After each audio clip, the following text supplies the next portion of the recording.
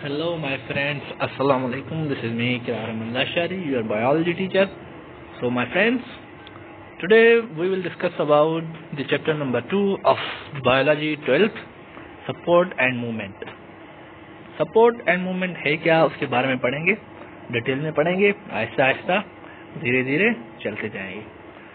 So, my friends, जो मेरे new viewers हैं, तो सब्सक्राइब करें लेक्चर के, सब्सक्राइब करें मेरे यूट्यूब चैनल को, ताकि मेरे लेक्चर्स के नोटिफिकेशंस आपको मिलते रहें.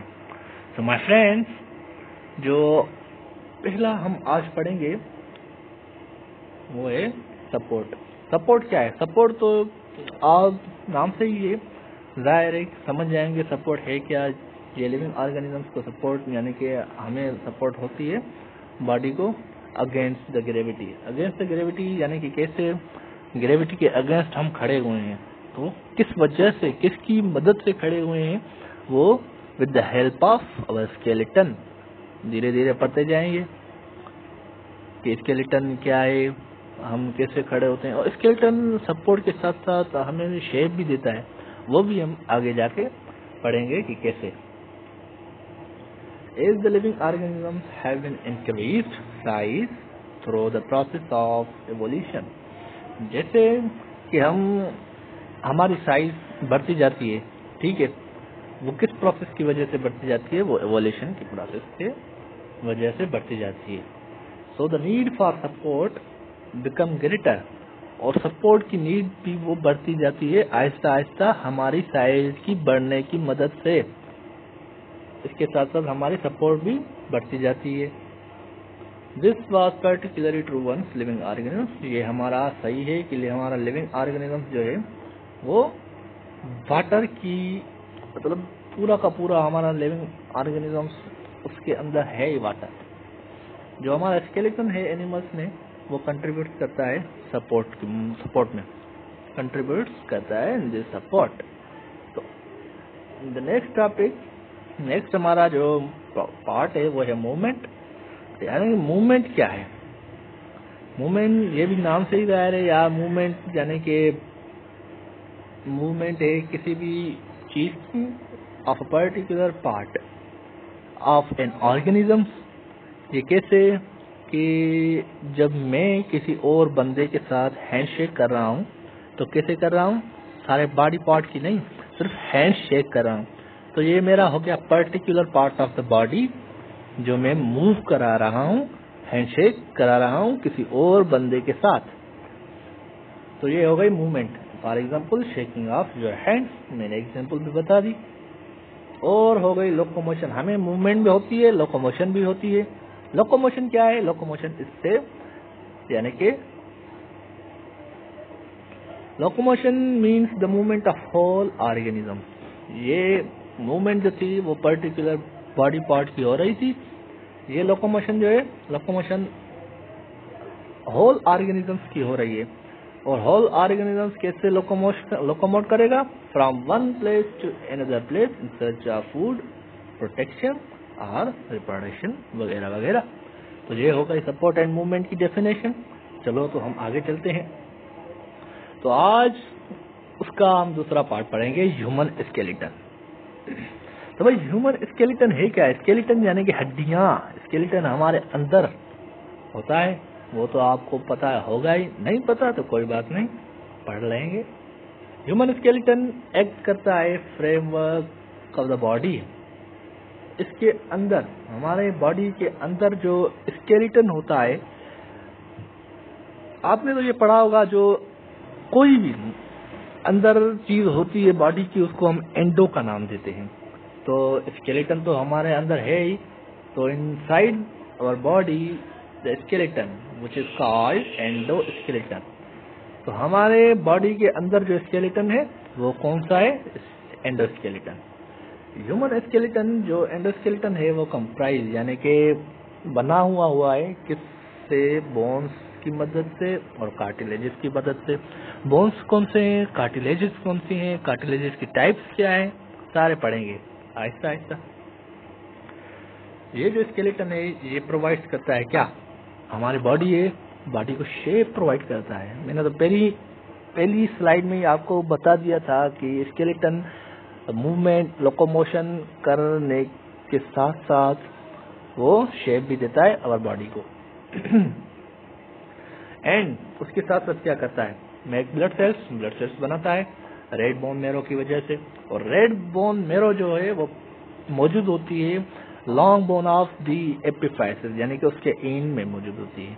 तो हम पढ़ेंगे वो क्या कहाँ पर होती है, सब कुछ पढ़ेंगे आगे आगे। हिप बोन में, स्कल में, रिब्स में, ब्रेस्ट बोन जो है, फीमर है, फीमर बोन है, ह्यूमरस वगैरह वगैरह। Protection of internal organs, human skeleton internal organs को भी क्या करता है, प्रोटेक्ट करता है। कैसे, जो हमारे हार्ट है, लंग्स है, लिवर है, उसको कौन प्रोटेक्ट करता है, हमारे रिब्स, स्टर्नम, ये सारे उसको प्रोटेक्ट करती हैं। तो हो गया ना, ये इंटरनल ऑर्गन्स को प्रोटेक्ट करता है, ये भी बता दिया मैंने। और उसके साथ साथ स्टोर मिनरल्स स्टोर करता है। वो मिनरल्स कौन सी हैं, कैल्शियम एंड फॉस्फेट। तो जो दूसरा पार्ट है, जो दूसरी डेफिनेशन है, वो उसकी पढ़ेंगे ऑस्टियोलॉजी है क्या, study of bones.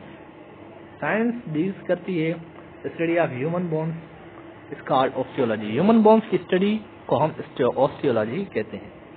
Bones and muscles ये अटैच हुए होते हैं इन द फॉर्म एंड क्या फॉर्म करते हैं, मस्क्यूलोस्केलेटल सिस्टम। बोन्स और मसल्स ये दोनों मिलके हमारे मस्क्यूलोस्केलेटल सिस्टम फॉर्म करते हैं। हमें जो यानी कि ह्यूमन हैव अराउंड 300 बोन। तो हमने पढ़ा है कि जो इंसान होते हैं उसके अंदर कितनी बोन्स होती हैं, 300 बोन्स होती हैं। At the birth due to fusion के दौरान कुछ बोन्स फ्यूज हो जाते हैं। और जो अडल्ट में होते हैं वो होते हैं 206 बोन्स। तो ये था हमारा ह्यूमन स्केलेटन। ये देखो, ये सारा का सारा हमारा ह्यूमन स्केलेटन है, आप देख रहे हैं। तो ये डायग्राम मैंने दिखा दी ह्यूमन स्केलेटन, यानी कि ये क्या करता है, बॉडी को सपोर्ट, बॉडी को शेप देता है। ये हो गई हमारी डायग्राम। ये तो डायग्राम बाद में पढ़ेंगे, फिर बोन की स्ट्रक्चर तो पढ़ लें। स्ट्रक्चर ऑफ द बोन की स्ट्रक्चर कैसी होती है।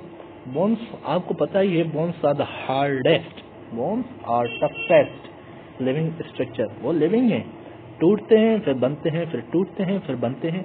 वो किस प्रोसेस की मदद से टूटते हैं और बनते हैं, कैसे टूटते हैं कैसे बनते हैं, सबको सब पढ़ते जाएंगे पर धीरे धीरे। Compose of different cells, bones जो हैं वो डिफरेंट सेल्स के बने हुए होते हैं। एक osteocyte, osteoblast, osteoclast. Osteocytes are the mature cells, पढ़ेंगे ये तीनों सेल्स करते क्या हैं। बोन्स ऑफ स्केलेटल सिस्टम के बोन्स वो साइज में अलग अलग होते हैं, शेप में, बट सिमिलर होते हैं स्ट्रक्चर में, और उसका फंक्शन सेम होता है। मेजर प्रोपोर्शन बोन का वो हमें फॉर्म किया गया है फाइबर्स की मदद से। वो कौन सी फाइबर्स हैं, कोलाजन फाइबर्स, जो different types of cell minerals उसके अंदर होते हैं। और 10 to 20% वाटर भी उसके साथ साथ मौजूद होता है कोलाजन फाइबर्स में। जो कोलाजन है वो फाइबरस प्रोटीन है जो कि बोन्स को बनाता है। ऑसिफिकेशन प्रोसेस होती है। ऑसिफिकेशन यानी कि क्या है, ऑसिफिकेशन एक प्रोसेस है, बोन्स को बनाती है। क्लासिफिकेशन ऑफ डिपोजिशन, कैल्शियम को डिपोजिट करते हुए बोन्स को बनाते हैं, उस प्रोसेस को हम ऑसिफिकेशन कहते हैं। जो हमारा लॉन्ग बोन होता है, लॉन्ग बोन को 3 डिस्टिंक्ट रीजन्स होते हैं। वो कौन कौन से, वो आपको मैं स्ट्रक्चर डायग्राम दिखाऊंगा कौन कौन सी होती हैं। जो टर्मिनल रीजन्स होती हैं लॉन्ग बोन की, वो उसको हम कहते हैं एपिफाइसिस। जो मिडिल रीजन होती हैं उसको हम कहते हैं डायाफाइसिस। और between middle and terminal region is called metaphysis at both ends. जो एपिफाइसिस है, एपिफाइसिस क्या है, कैंसिलस आर्स्पंज पार्ट है बोन का। एपिफाइसिस यानी कि जो बोन की अपर यानी कि डिस्टल साइड पे मौजूद है।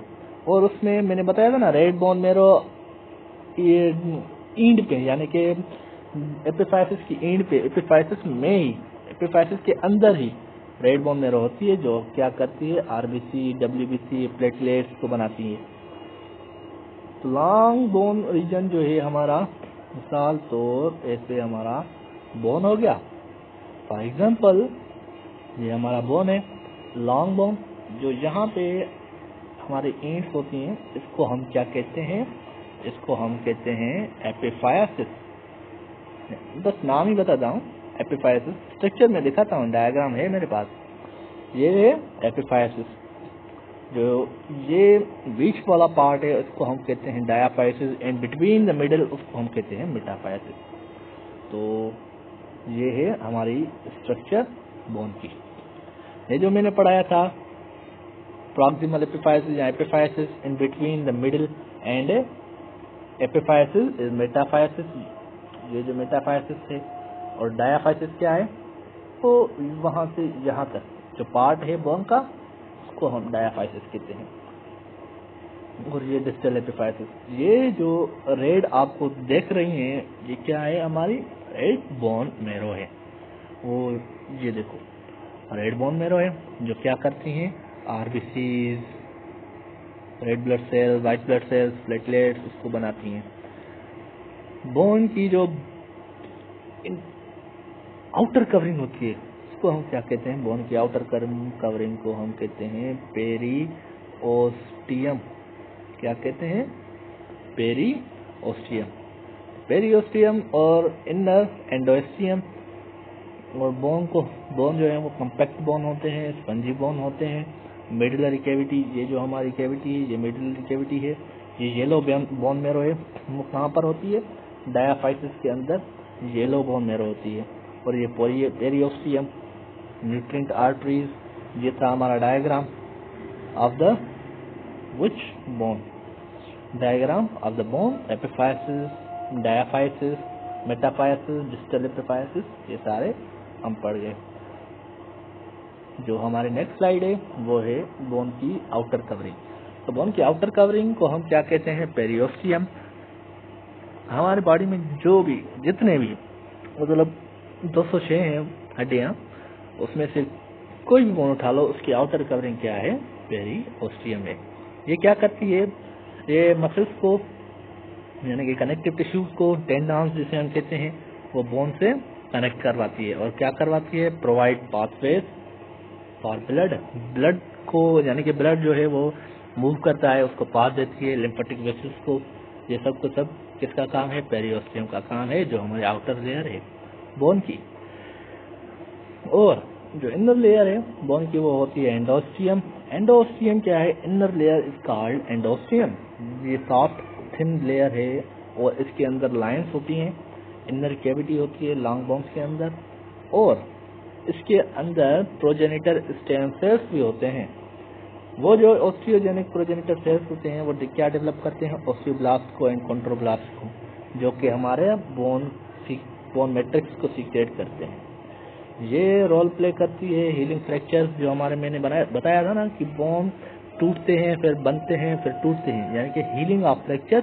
जब बोन टूटते हैं तो ये मदद करती है, उसमें भी रोल प्ले करती है, क्रिएटिंग न्यू सेल्स प्रोड्यूस करती है, जो कि बोन के लिए बहुत ही इम्पोर्टेंट है।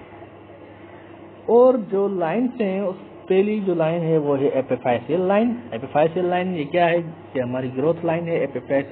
एपिफाइसियल प्लेट है, ये उस पार्ट को पॉइंट करती हैं जहां पर बोन फ्यूज होता है, in between the epiphysis and metaphysis.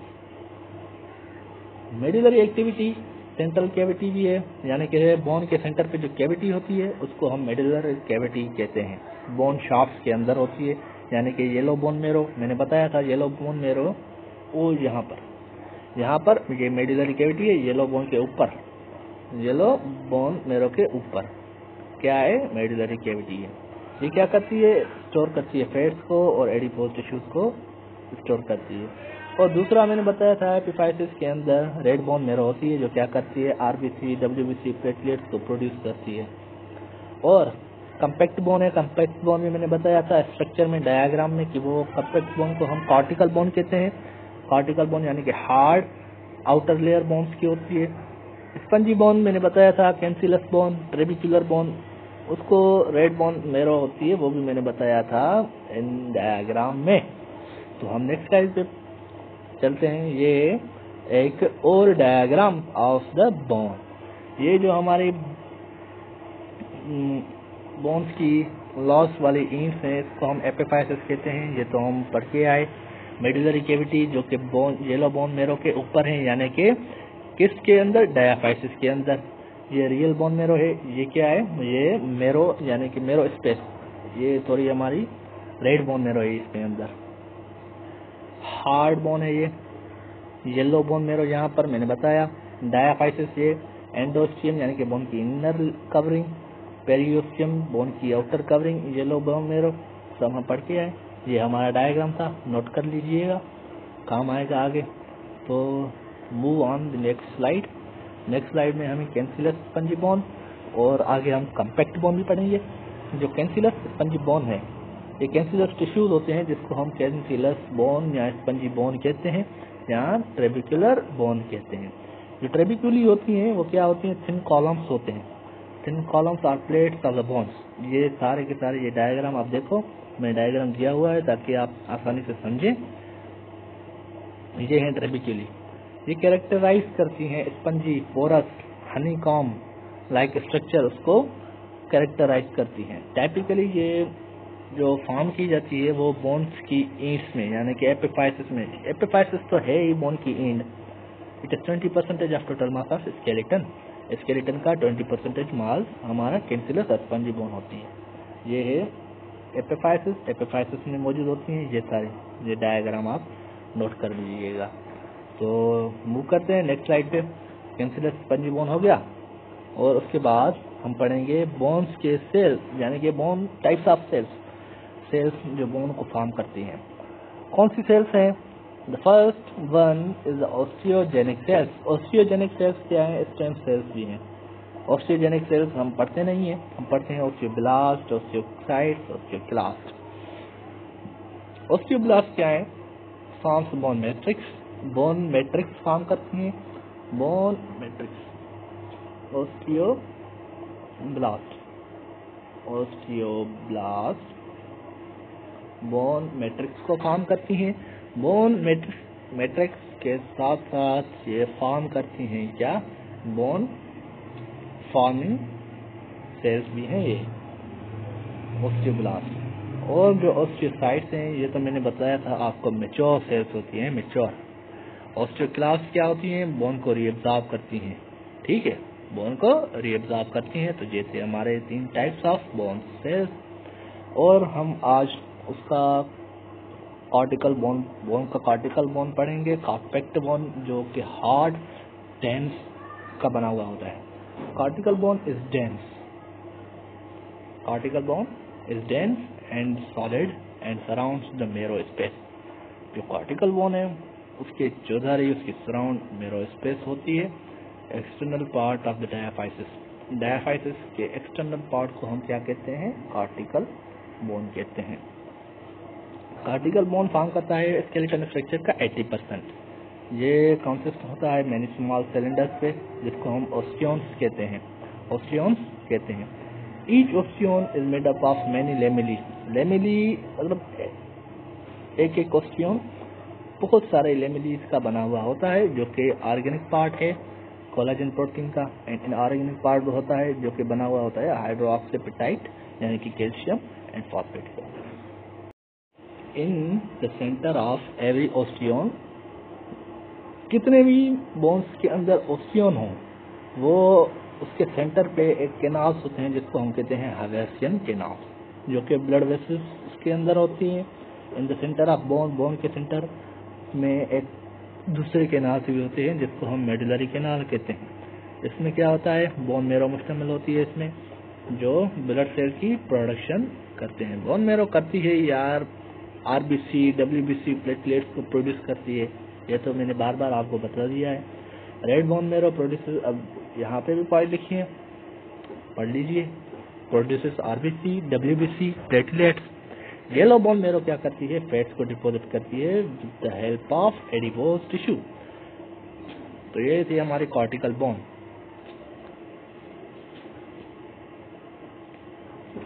तो यहाँ पर हम लेक्चर करेंगे एंड।